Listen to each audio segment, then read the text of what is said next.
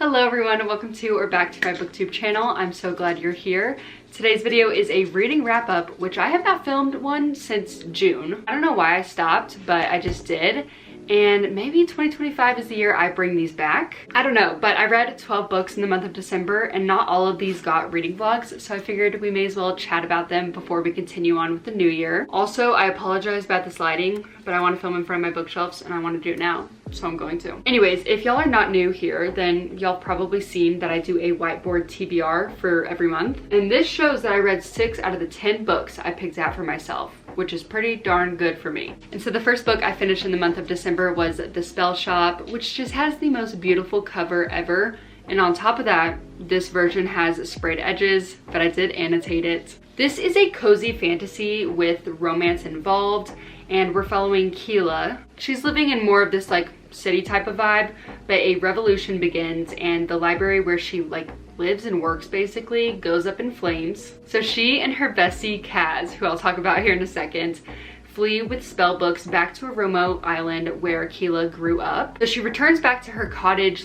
childhood home, and she's got some nosy neighbors and she's trying to preserve these spell books while also needing to make a living for herself. And of course, because this is a cozy fantasy, there is magic involved, which is a whole lot of fun. This is definitely a whimsical book and I really enjoyed that. Now back to Kaz. He is a magical sentient spider plant. And I know that sounds a bit odd, but he honestly reminded me of Olaf from Frozen. He was just so cute and I really enjoyed this. I just had a problem with the ending of it. I thought it could have been wrapped up earlier and problems just kept continuing to go on, and like I said, I just thought it could have been ended a little earlier. I would give this 3 stars. Now the next book I do not physically own, but it is Her Majesty's Royal Coven by Juno Dawson, and I read this for a book club I'm a part of, and I know I had fun reading it, but the more I reflect upon this book, the more I don't think I really enjoyed it. But before we go into my thoughts, let me try and give y'all a synopsis. This is an urban fantasy and we're following 4 characters, Helena, Leonie, Neve, and Elle. And all 4 of these women are very different, but some reason I just kept getting them confused while reading. Some are in relationships, some are widows, some have kids, some are still a part of HRMC, which stands for Her Majesty's Royal Coven, which is the coven that they were all a part of, and then others have joined rival covens. And there's definitely a political aspect to all of this, obviously.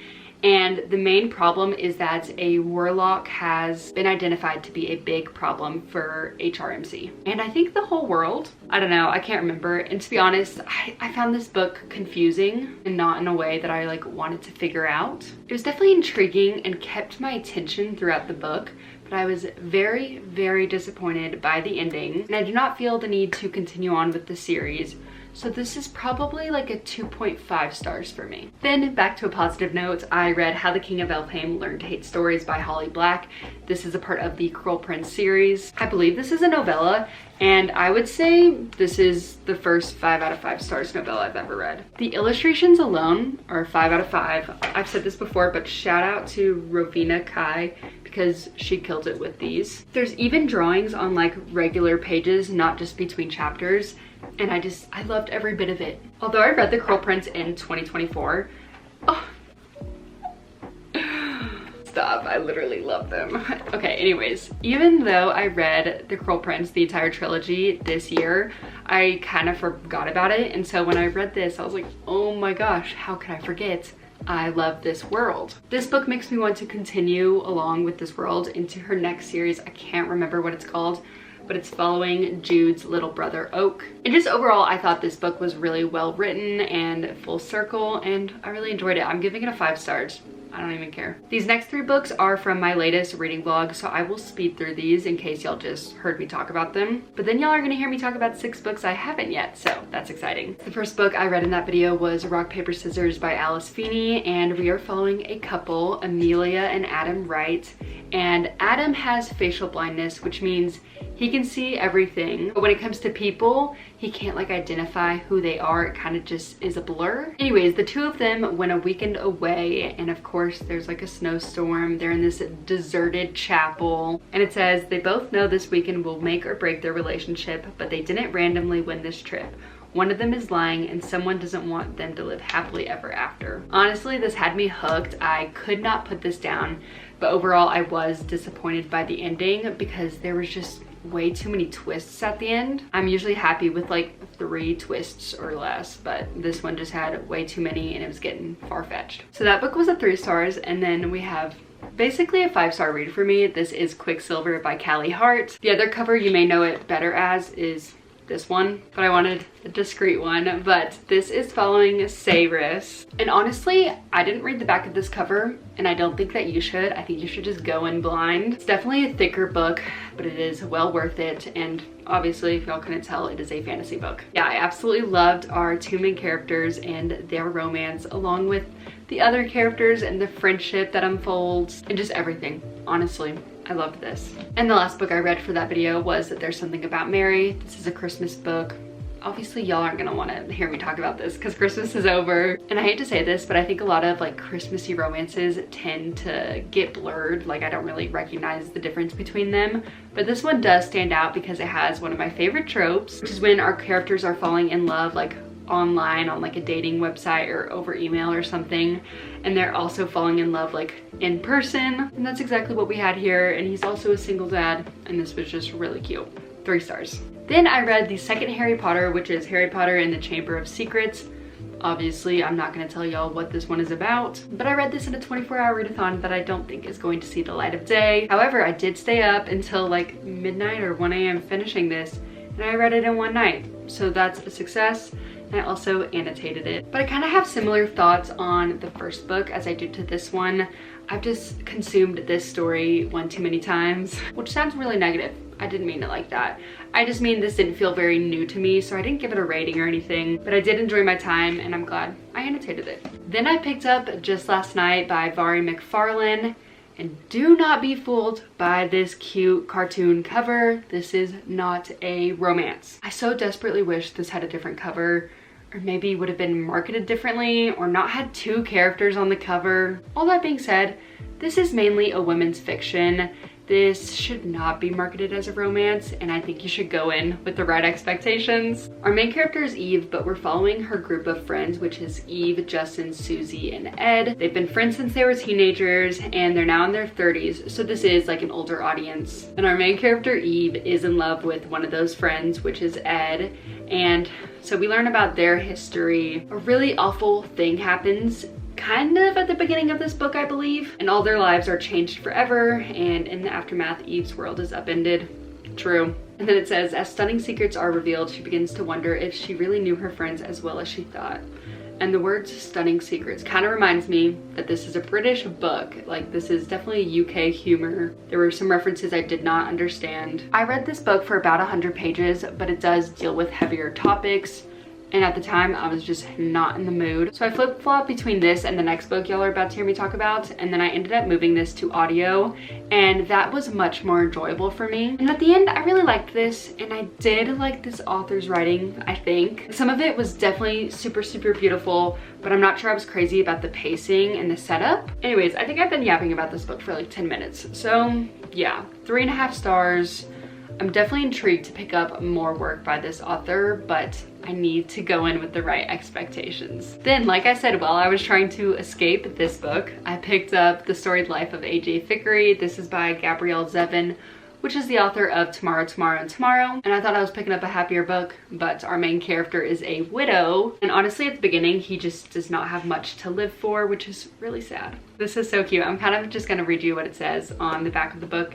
It says, when a mysterious package appears at the bookstore, its unexpected arrival gives Fickery the chance to make his life over and see everything anew. And that's honestly so true. This is like a second chance at life type of thing. And I really, really enjoyed this. I'm giving this 4 stars. Then we have 5 Survive, which is by Holly Jackson, the author of A Good Girl's Guide to Murder, which I also read this year.